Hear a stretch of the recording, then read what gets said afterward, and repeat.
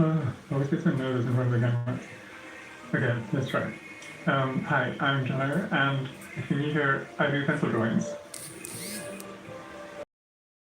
In this video, I want to teach you how to draw an eye, but like a really, really good one, hopefully. We'll see how it goes. Also, a huge thank you to Squarespace for sponsoring this video. Okay, so I'm just going to jump into it. I'm going to start with the tools that I'm using. For this drawing, I'm going to work with charcoal, which I don't usually work with. I usually work in graphite exclusively. I'll use charcoal for like life drawings and studies like that, but for this kind of detailed thing, I've never really tried to work with charcoal, so I'm going to be learning a little bit along the way and probably making a bunch of mistakes. But yeah, hopefully we can all learn together. So anyway, starting off, I'm using just a charcoal pencil. This is medium hardness. I don't really know what that means, but we'll see if it works. I've also got this one here, which is soft, so we'll see the difference between those two.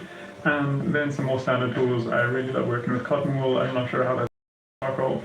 I've got my Tombow Mono Zero eraser, some blending stumps, my kneadable eraser, and also this electric eraser, which is kind of touch and go. I don't always love them, but sometimes they work really well.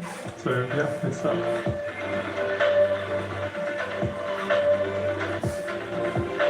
So the first thing I'm going to do is just establish where the eye is going to be. I like to try and get a feel for how the nose and the brow are going. Then we're going to try and find the shape of the eye. It's helpful to try and imagine the eye socket. That will help you get an idea for how the eyelids will wrap around the eyeball. From here, it's easier to draw the shape of the eyelids. The top eyelid usually falls into 2 angles or 3 planes, while the bottom eyelid often only has 1 distinct angle or 2 line planes.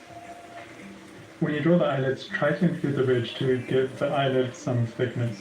This is an important step which can help your drawing look a lot more realistic. Working in this line stage is so important. It really helps to iron out all the potential mistakes. Once you're happy with your line work, you can then start blocking out your shadow all out, and also enhance the highlight on the top eyelid. Remember that an eyeball is basically just that, it's a ball, so you'll usually find a shadow on the bottom eyelid just below the edge. I'm not really sure what I'm doing here. I don't often work in charcoal like this, so I'm trying to smooth out some of my pencil strokes here with cotton wool, and a bit of a mess, and not even getting the smooth finish I was hoping for.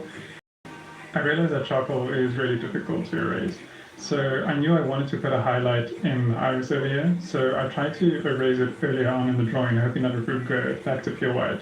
That didn't really work out, but that's okay. This whole drawing is a bit of a lesson for me.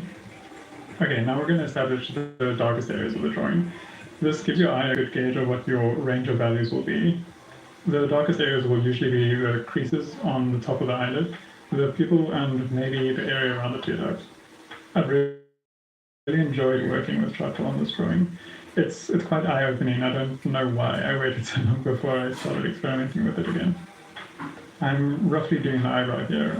I usually really love getting into the little details of the individual eyebrow hairs, but that's super time consuming. So for this drawing, I just wanted to kind of suggest or get an idea of where the eyebrow would be.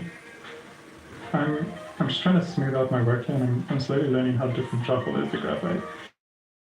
There are probably some charcoal artists out there just cringing at my technique. With graphite, I have to work so hard to get these darks, and with charcoal, it's just effortless. But I guess there's pros and cons to each of these mediums. Try to remember that your highlights need to be as bright as possible. So work out where they are and try and give some tone to the area around them, just accentuating them a bit. Okay, so I think I've got a pretty good foundation here, and it's time to jump in and start doing some details. Irises are pretty fun to draw once you have the basics down. There are quite a couple of layers to them. So to start off with, the layers closest to the pupil are usually the darker. It has this outline as well that's different with each person. Some people actually don't even have it, but I really enjoy drawing it in. It's basically a kind of squiggly circle. I'll try and show you an example of what I'm talking about.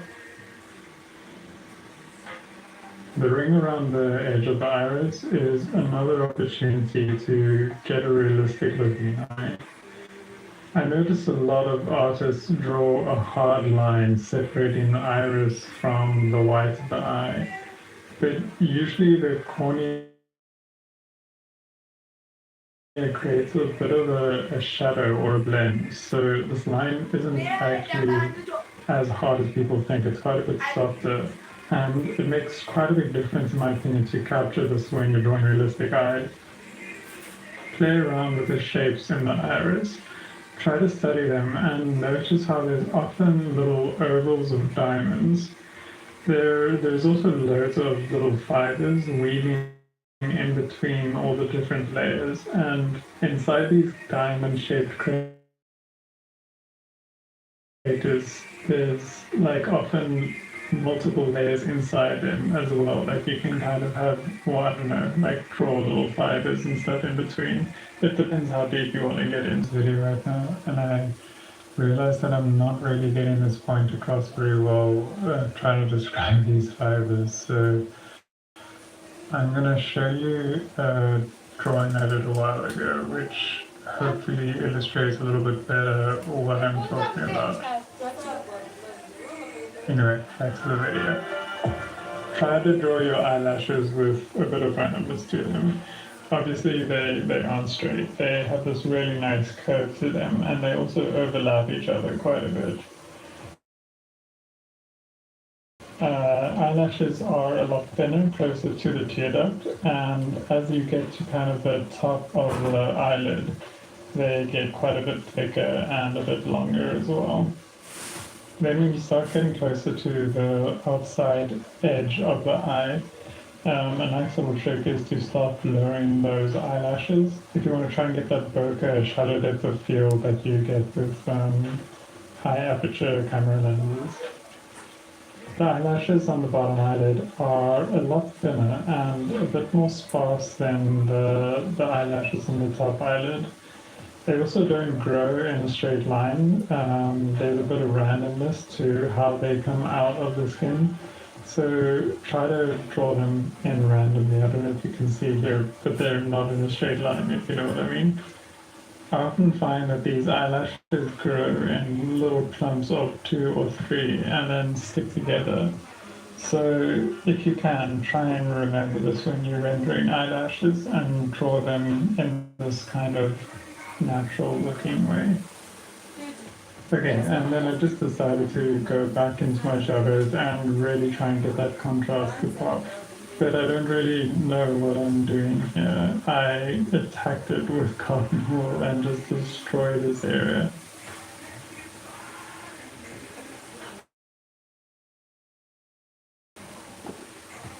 I'm going back into the iris with my Tombow Mono Zero laser just to try and get some of those little fibers I was talking about.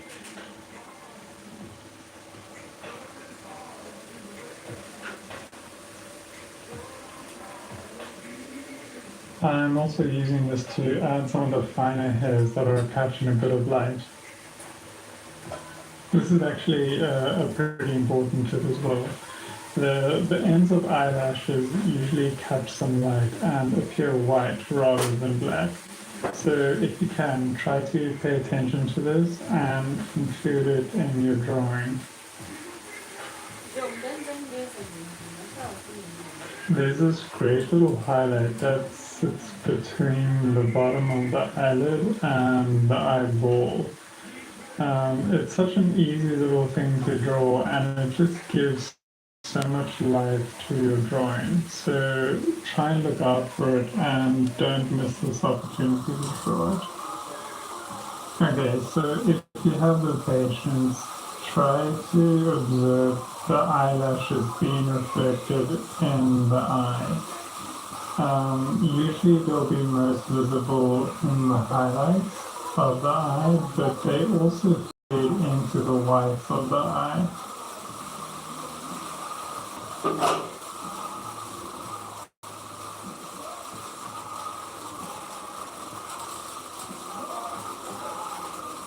At this point, the drawing is mostly finished. I'm just going to add some texture and skin around the eye, which also ended up failing.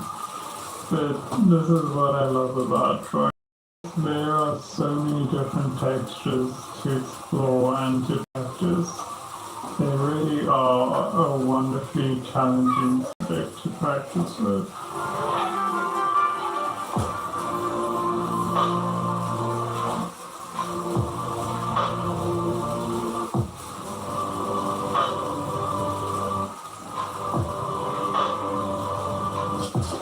Just a quick shout out to this video sponsor, Squarespace. I really appreciate their support. They've really helped me out in a huge way to help build this channel and sustain it.